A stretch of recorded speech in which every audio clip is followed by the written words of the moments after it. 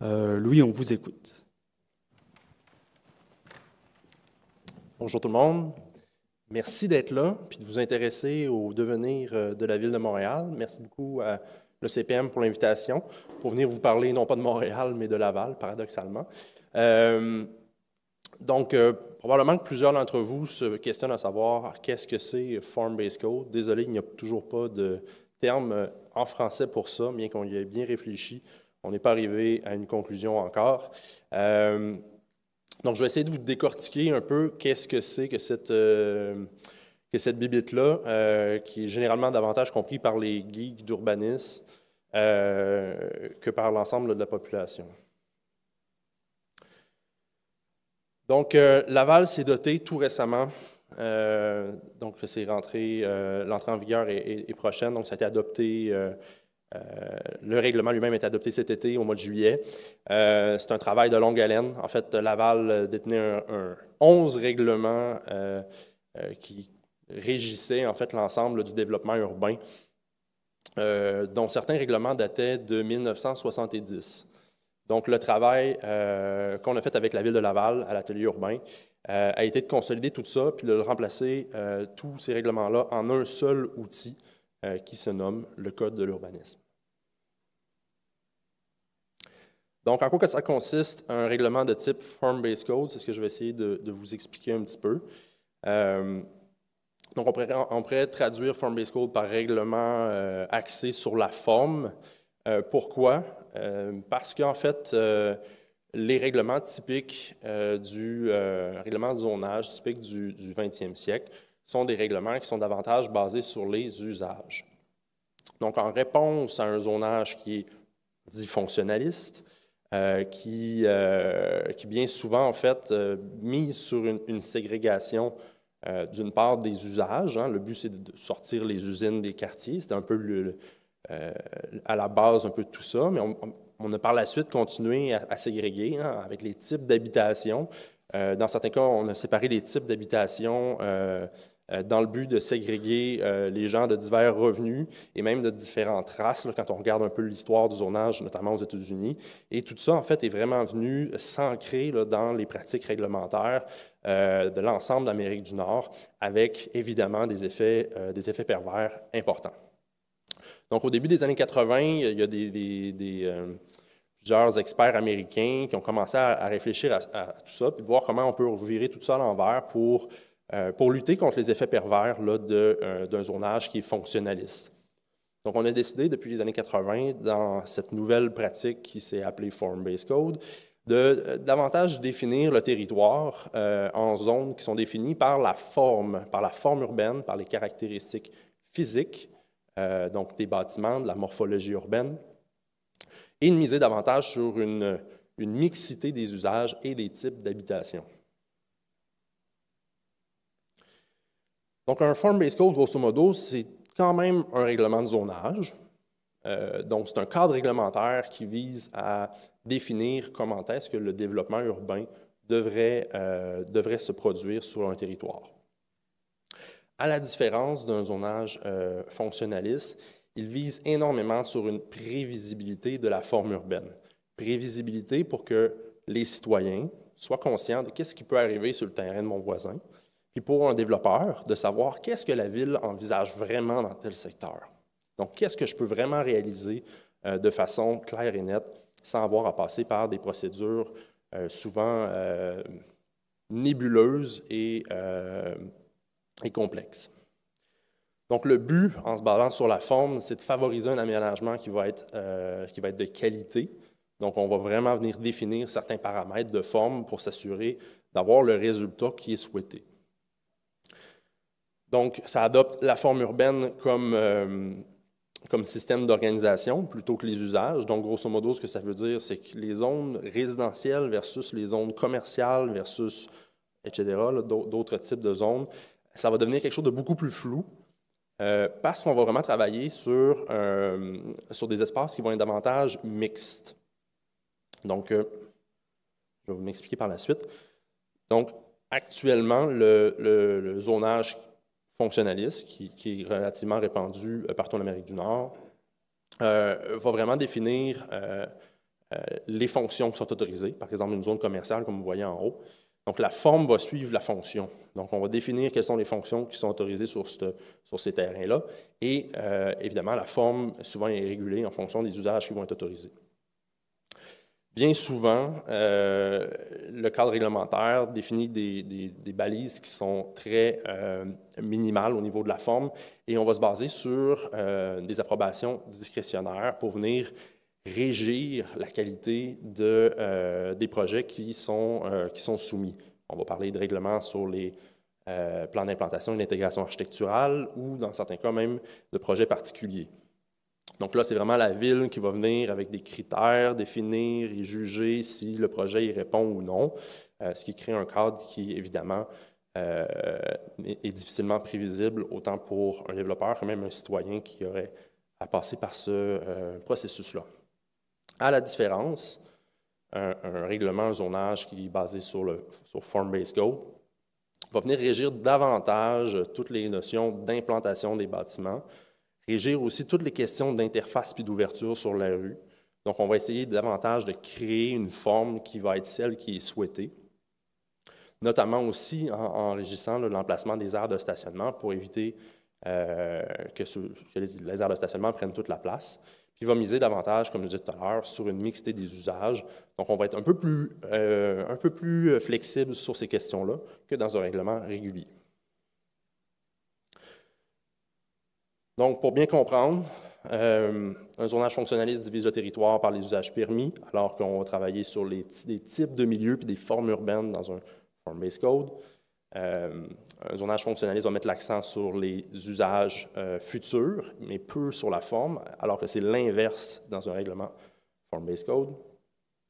Un zonage fonctionnaliste, bien souvent, malheureusement, gèle vraiment ce qui est autorisé sur le territoire en regardant qu'est-ce qui est là et on gèle ça à peu près à ce niveau-là et va dépendre sur des demandes de changement de zonage, projet par projet, bien souvent. Alors que dans une logique Form-Based Code, on va généralement, dans plusieurs secteurs, venir jouer sur qu'est-ce qui est souhaité et dans certains cas, là où on souhaite davantage d'intensité urbaine, être beaucoup plus flexible sur ce qui va être permis. Puis on va jouer justement sur un gradient d'intensité urbaine, le Transec, que je vais vous présenter par la suite, pour venir définir un peu tout ce cadre-là. Donc, un zonage fonctionnaliste va prescrire des usages souvent très précis. Par exemple, on a droit ici à des magasins de souliers, mais on n'a pas le droit d'être un fleuriste. Alors qu'un règlement Form-Based Code, comme je disais, va être plus flexible sur ces catégories d'usages. Donc, par exemple, prescrire commerce de détail et tout commerce de détail a droit d'y être. Form-Based Code, bien souvent aussi, c'est peut-être au niveau graphique davantage, là, mais elle va être souvent beaucoup plus illustrée qu'un règlement traditionnel, ce qui permet d'avoir une meilleure compréhension des intentions derrière les dispositions. Ça, c'est quelque chose que les avocats n'aiment pas beaucoup, mais que c'est important d'un point de vue compréhension, autant du citoyen que même des fois le personnel qui applique les règlements. Donc, l'idée du Transec, comme je vous disais tout à l'heure, une espèce de gradient qui permet de travailler sur différents types de milieux. C'est un concept qu'on a récupéré en fait à Laval, mais c'est un concept qui a été développé justement dans le début des réflexions sur cette approche-là aux États-Unis. Et ça vient en fait des sciences naturelles. Donc, c'est l'idée en fait de définir, au même titre que les habitats naturels, quels sont les types d'habitats humains, en passant de ce qui est le plus naturel à ce qui est le plus intense au niveau urbain. Donc, on va souvent parler de transect rural-urbain. Donc, on vient vraiment faire cette gradation-là de type de milieu qui part du plus naturel, là, où il n'y aura absolument pas d'habitat, et tranquillement des types d'habitat où on va retrouver davantage de maisons pavillonnaires, par exemple, où là, on va commencer à retrouver un peu plus de mixité.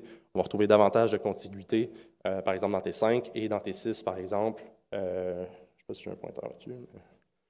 Mais vous voyez T6 qui est un petit peu plus à gauche, à droite, pardon, où là, c'est vraiment davantage la grosse intensité urbaine qu'on pourrait retrouver dans un centre-ville.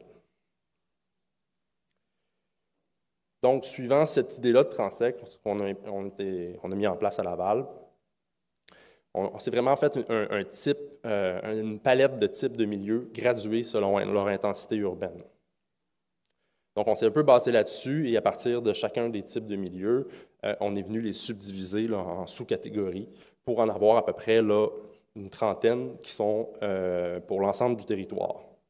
Ce qui fait en fait à peu près une trentaine de palettes, en fait, là, on a comme une fiche. Donc, il y a 30 patterns qui peuvent être autorisés sur le territoire de Laval. Évidemment, il y a certains types de milieux qu'on voit ici, là, Special District, qui ne sont pas vraiment dans le spectre là, de 1 à 6. Parce que, en fait, le transect, la théorie du transect reconnaît qu'il y a certains endroits, souvent des endroits qui ne sont pas vraiment des habitats humains, qui font quand même partie du territoire. On peut penser, par exemple, là, à des aéroports ou des zones industrielles, ou même, dans certains cas, certaines zones commerciales là, de grande surface en bordure des autoroutes. Donc, dans certains cas, on est prêt à les avoir, donc il faut les reconnaître et ils sont un peu exclus là, du spectre, mais tout de même font partie de la réglementation.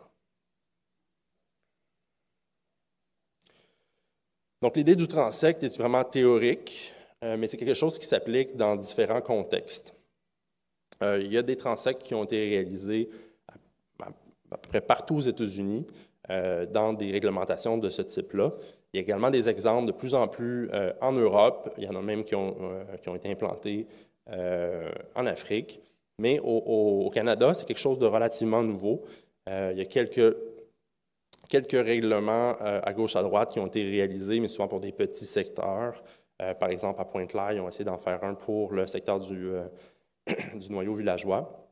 Mais à l'échelle de l'ensemble d'un territoire, c'est quelque chose de nouveau au Canada. Donc, on s'est beaucoup basé sur des projets aux États-Unis, notamment à Miami, Buffalo, Denver, qui ont réalisé des réglementations de ce type-là sur l'ensemble de leur territoire. Donc, en quoi tout ça se distingue de ce qu'on retrouve à Montréal? Numéro 1, prévisibilité pour les développeurs et les citoyens. Actuellement, à Montréal, c'est quelque chose souvent qui est problématique. On sait peu ce qui peut s'en venir comme projet autour de chez nous. Pour les développeurs, c'est également extrêmement un gros problème. La majorité des projets moindrement gros sont réalisés par projet particulier, qui est une procédure longue, coûteuse et vraiment imprévisible, ce qui augmente les coûts en fait, de développement, qui sont évidemment reportés sur les acheteurs, donc sur le coût de l'immobilier. Donc, l'approche évite également le cas par cas, hein, parce que ces demandes de projets particuliers-là, c'est toujours traité cas par cas. Ce qu'il faut dire également, c'est que le règlement des arrondissements de l'ancienne ville de Montréal sont quelque peu hybrides. Ils ont en fait des aires de paysage bien souvent et ils vont se rapprocher davantage de ce qu'on retrouve dans une approche Form-Based Code, alors que la majorité des arrondissements issus de la fusion, eux, sont dans des réglementations un peu distinctes. Donc, malgré la fusion, là, la réglementation est restée quand même, comme elle est par arrondissement, elle est restée basée un peu sur les réglementations qu'il y avait auparavant et qui est encore là sur une logique davantage fonctionnaliste, comme on retrouve à peu près partout au Québec. Donc, qu'est-ce qui a déterminé le choix pour la Ville de Laval? Leur réglementation était vraiment dépassée de leur propre aveu. Donc, le règlement de zonage datait de 1970, ça avait été amendé des milliers de fois, donc c'était très problématique et ça ne répondait plus aux enjeux du 21e siècle. Il y a un territoire qui est particulièrement hétérogène, donc il y avait un souci également là, de venir créer davantage de cohérence et de la prévisibilité, évidemment. D'avoir un outil qui est compréhensible, parce que même leur équipe avait la difficulté là, avec leur réglementation de l'appliquer. Et il y avait un désir aussi d'être précurseur, donc de partir là, de leur réglementation dépassée, puis de devenir un peu un chef de file en matière d'urbanisme. Donc, quels sont les avantages? Donc, en matière de densification, de compacité, une réglementation Form-Based Code vient vraiment établir un cadre clair sur comment est-ce que le développement peut se réaliser. Donc, quand on est dans un contexte suburbain, mais qui est en transformation, de venir décider un peu, bon, bien, sur certains corridors, oui, on va permettre un petit peu de densification, mais ça devra être de telle façon, donc c'est vraiment beaucoup plus clair. En termes d'abordabilité du logement, il y a des études américaines qui sont venues comparer des réglementations Form-Based Code versus fonctionnalistes et qui sont venues prouver que non seulement un règlement Form-Based Code soutient du développement, donc permet davantage de développement économique et de développement de construction de nouveaux logements, mais vient en même temps éviter des principes là, des situations de gentrification, puisque la réglementation permet une variété de types de logements davantage, et donc dans ce contexte-là, permet aux gens de rester dans leur quartier. En matière de mobilité durable, c'est sûr qu'en créant des environnements qui vont être davantage urbains, donc dans des contextes un petit peu plus de compacité ou qui vont avoir davantage de mixité, donc tout ça soutient la mobilité durable, donc la marche et le vélo. Donc, dans le même sens, réduction des GES, parce qu'on peut davantage se déplacer à pied dans ces types de développement-là. En termes d'inclusion et d'accessibilité universelle, c'est sûr, comme je disais, si on permet à davantage de gens d'habiter dans divers types de logements dans les quartiers, on peut soutenir ça. Et en termes d'accessibilité universelle, mais comme on peut jouer sur, sur davantage de particularités au niveau de la forme urbaine, donc on peut venir prescrire davantage d'éléments au niveau pour faciliter l'accès, par exemple, au bâtiment. Donc, les enjeux pour l'implanter, ce principe-là à Montréal, si un jour Montréal veut s'inspirer de tout ça pour son plan d'urbanisme, il y a un certain changement de culture qui est requis, hein, on s'entend. C'est un changement majeur pour la ville, pour les gens qui y travaillent également. Donc, à ce moment, à Montréal, on travaille beaucoup sur un urbanisme qui est négocié, alors que la réglementation Form-Based Code travaille davantage sur une prévisibilité. Donc, ça accélère l'approbation de projets de construction, surtout là, quand c'est des projets qui sont de taille modeste ou moyenne. Mais c'est sûr qu'il faut considérer aussi qu'il y a une certaine perte de levier dans certaines situations, donc il faut que la ville soit un peu prête à jouer là-dessus. Donc, d'en autoriser davantage, de peut-être en échapper un ou deux, mais qu'ils s'en construisent du logement, puis que l'offre de logement, on vienne répondre à cette crise-là.